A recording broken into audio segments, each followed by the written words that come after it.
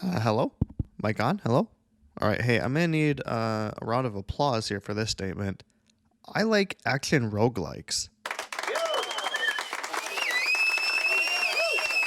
All right, Buckaroo, listen up here, Smack Daddy. Okay, there's three types of games. There's the games that you actively have to play. There's the games that you kinda have to play, and then there's like the games that just play themselves.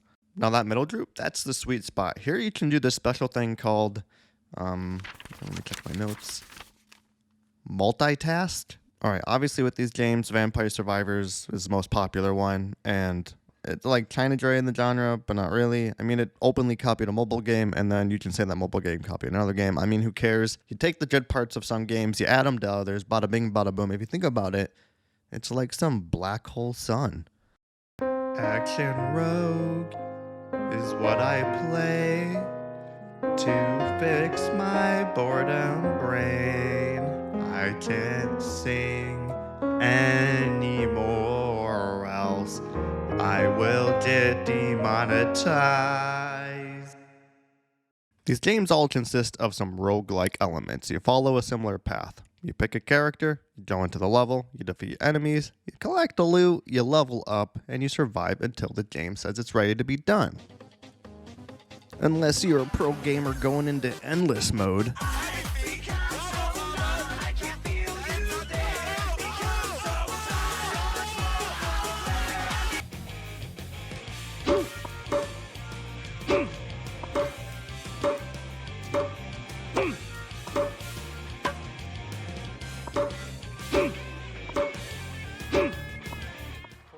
So Vampire Survivors is at the top of the mountain. It's sitting on its throne. It's obviously a good game, but what makes it good, it's subjective. I mean, for me personally, I think Vampire Survivors is good based on 3 rules. And those rules being the numbers go up, the synergy is satisfying, and the commitment's low. You know what's kind of cool? Doing like 10 damage to 2 or 3 enemies at a time. You know what's even cooler?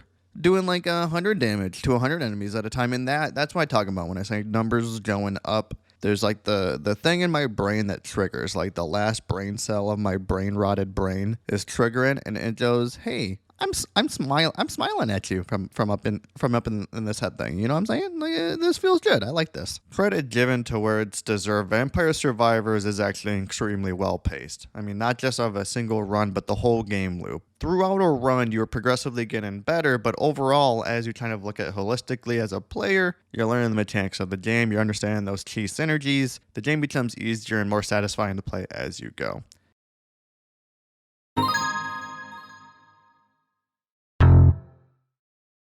The randomization of Vampire Survivors is controlled chaos, and randomization is addicting, and that's personally what I find addicting about just all roguelikes in general. That random aspect of the game simulates the same part of my brain as gambling, and I don't like losing money, so this is an alternative, and it makes me happy. And at the end of the day, you know, that's the important part.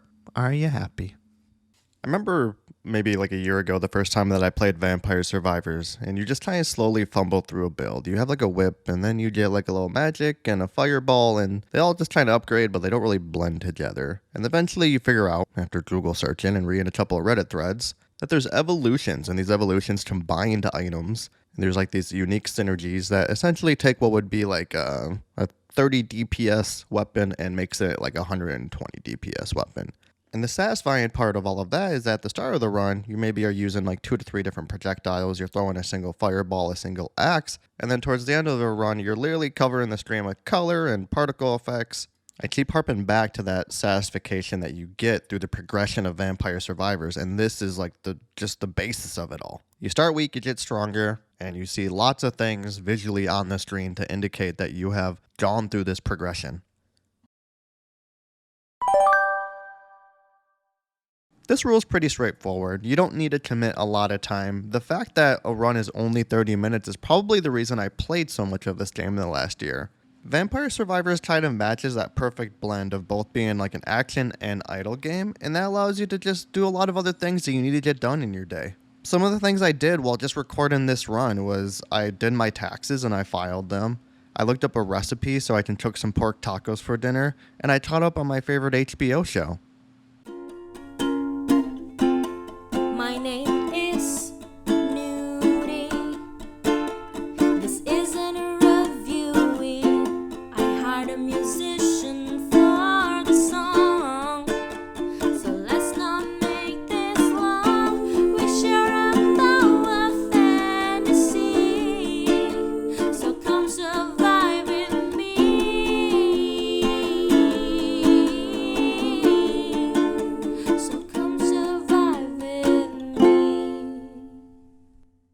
I'll be honest, I didn't write a script for this part of the video, so I'm just gonna supercut a bunch of clips from Twitch. Okay, thank you, I love you. All right, follow me, twitch.tv/TheNickKTV. Okay, bye-bye. All right, what is this game? This game is like Vampire Survivors. It's a little bit different. You have like a skill tree here, so you like collect these leaves and you get like permanent upgrades. Level up, you don't get like a screen that's like, hey, you need to pick an item or whatever. And there's like items that you can find in the map. So then you open up a skill tree, and this is how you like do the build. So each character sort of has like 2 or 3 builds and then 2 or 3 weapons typically. So after the first boss, we'll be able to go into like a shopping area, and then we'll be able to take like an object, and then we'll be able to upgrade. Oh, okay. I just got a ton of those, so that'll stick. All right, anyways, upgrade this guy. Each attack increases the area 10%. This is really good. This one sucks. All right, let's wrap up Nordic Ashes. It's a great game. I mean, it's a really like beginner level survivor game. It kind of breaks some of the rules that I think I had defined for Vampire Survivors. It does actually require you to actively play the game, which is not necessarily like a good thing in my book, but also like, I mean, if you want a game that's a little bit more active, this might fit your bill. For being sort of like a Viking theme, I want it to be a little bit more epic and grand than it really is, but that's just like a nitpick, and I know the game is in like early access. So there's lots of like opportunity for them to improve the game. Right now there's like 4 characters, 2 levels, and some harder difficulties as well. I will say if you're new to this genre and you're like interested and you like the art style and the themes of Vikings, this game is worth your time. It's pretty straightforward. There's not really a lot of complexity to it at first glance, so you'll be able to like jump into it and like learn the game pretty quickly.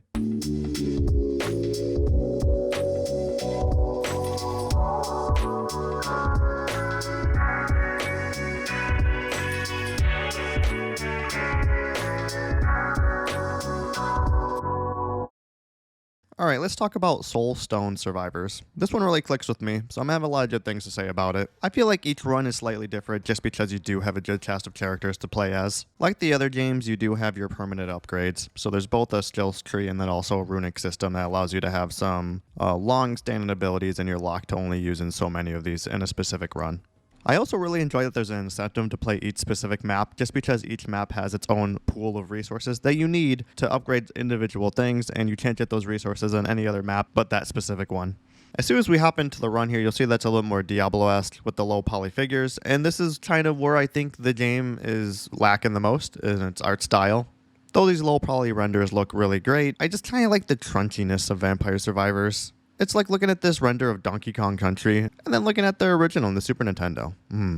It's crunchy, it's tasty, I love it. SoulStone has so many different spells and abilities. It's kind of nice just to have the flexibility to essentially do whatever you want in a survivor type game. At this point in the run, I had already decided I just wanted to do a full lightning build, so I was just re-rolling abilities until I found one I wanted. The game loop is a little bit different. You need to kill mobs until a boss is gonna spawn, and those are called the Lords of the Void, and you need to kill 5 of them to finish your run. And you know I have to do a callback to my rules. Number 1 being numbers go up. We're at the 6-minute mark of this run, and we're already doing tens of thousands of damage. That just feels good. Really, the last thing I want to highlight, and what I truly believe makes it better than Nordic Ashes or even Vampire Survivors, is the movement of this game. It's really fun, and it's really good, it's really clean. You got abilities to try to dash around. So while you're not really able to be AFK or idle in any situation, the run's only 12 to 13 minutes, and the movement's really fun, and the overall gameplay loop is fun. It's like going to the freezer, grabbing a tub of ice cream, and just taking one small bite. It's like a little dessert.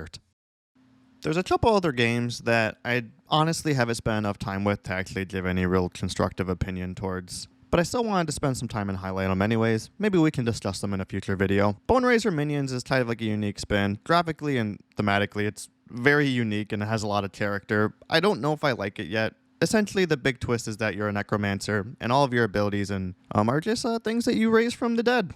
There's some parts of it that I'm not a huge fan of. The other game is Bounty of One. This is another unique title because it sort of forces you in specific play styles. You're not able to actually shoot or use any of your abilities while you're moving. So essentially you have to dodge a bunch of attacks, and then once you stand still, you'll start to attack the enemies. I'm not a huge fan of this mechanic. I feel like I try to just go in every single run trying to make it as an idle game as possible, and that's probably not the way to play the game. If you have any other recommendations on types of games that I should be playing in this genre, please let me know in the comments below. Other than that, I want to appreciate and say thank you for watching my video. And lastly, I used a lot of original music and tracks in this video, so I actually started a new channel called Noutek Mute. If you'd like to listen to all of those full tracks and songs, you can go ahead and click the link in the description for that channel and check it out there. Alright, that's all I got. Video's over. Enjoy this outro track. Okay, bye-bye. Love you.